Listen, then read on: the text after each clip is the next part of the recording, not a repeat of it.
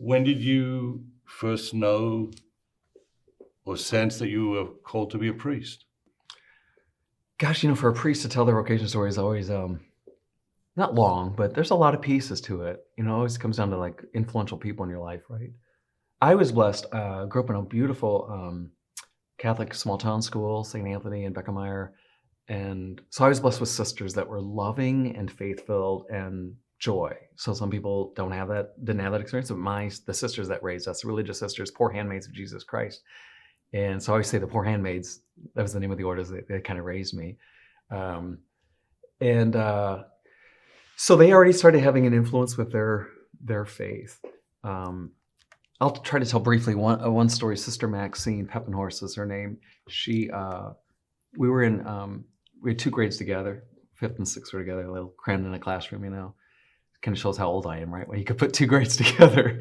And I guess we had daily mass, and I guess during mass, maybe some people were misbehaving, and we did after communion. She just came back and she didn't yell at us at all. She goes, boys and girls, I have a new strategy for you. She goes, after communion, I invite you to go back to your pew and just say one Hail Mary and ask Mary to help you know what Jesus wants you to do with your life.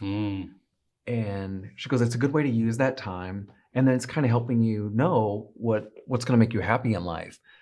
Because God only wants your happiness. And that comes out of, God always dreams bigger than what we do. So she taught me that God wants my happiness. Yeah. And she goes, and then she gave a personal testimony, which I try to implement myself. People want personal testimonies, right? So she gave a testimony. She goes, that's what I did as a little girl. I started my daily Hail Mary and helped me choose that God wanted me to be a sister. And she said, and I'm happy. I've been happy every day of my life as a sister. And I want you to have that happiness.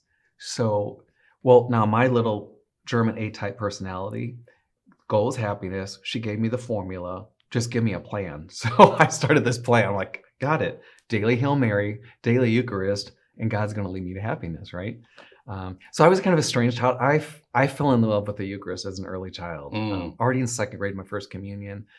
But then by her teaching me that devotion, now all of a sudden I really looked forward to going to Mass because that's part of the formula to get to happiness, right? Your prayer and the Eucharist.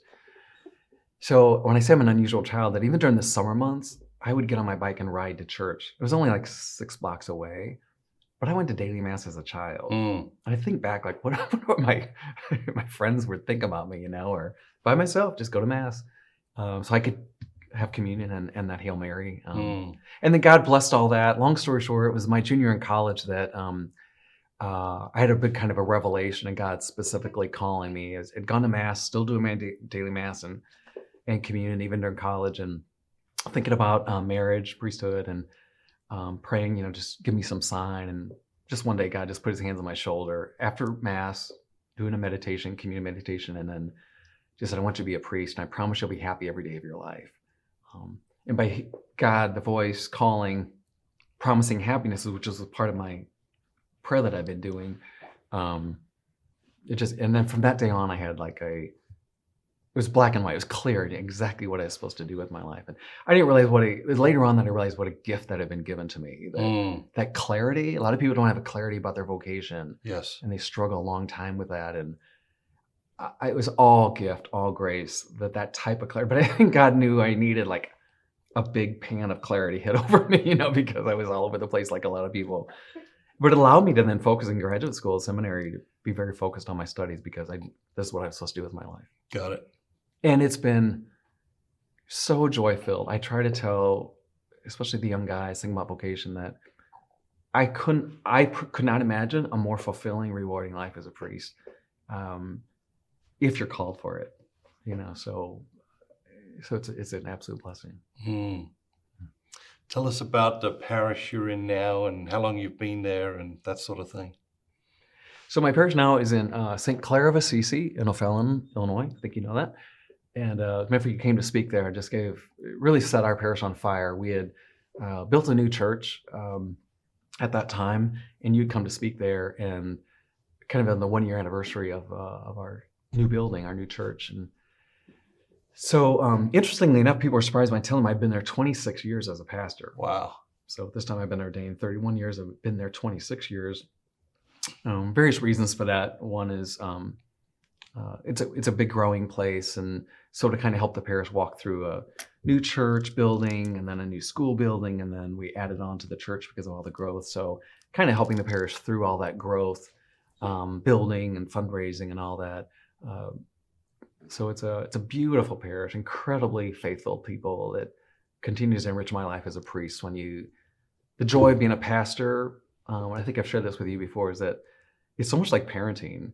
You get to help form people, like parents form the children. A pastor gets to form people in the relationship with Christ, and then you walk them through that. And then, interesting enough, then when you watch them doing holy moments, you get so excited, and when you have to listen to their unholy moments, or walk them through, like, what were you thinking?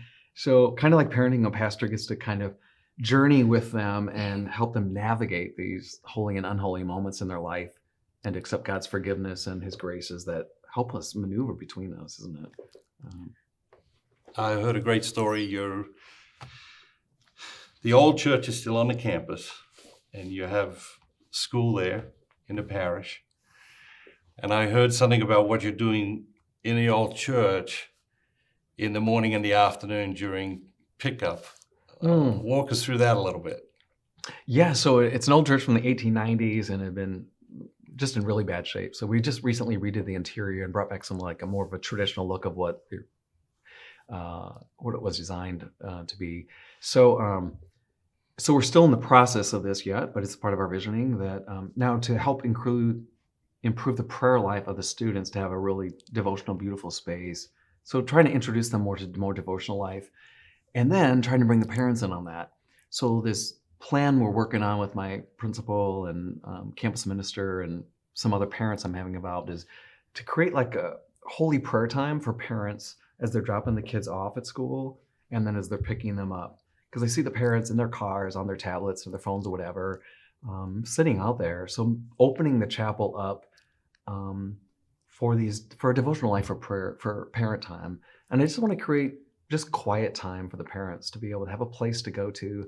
Sure, drop your kids off, but set aside, whether it be 5 minutes, 10, 15, if you want to do a holy hour is great.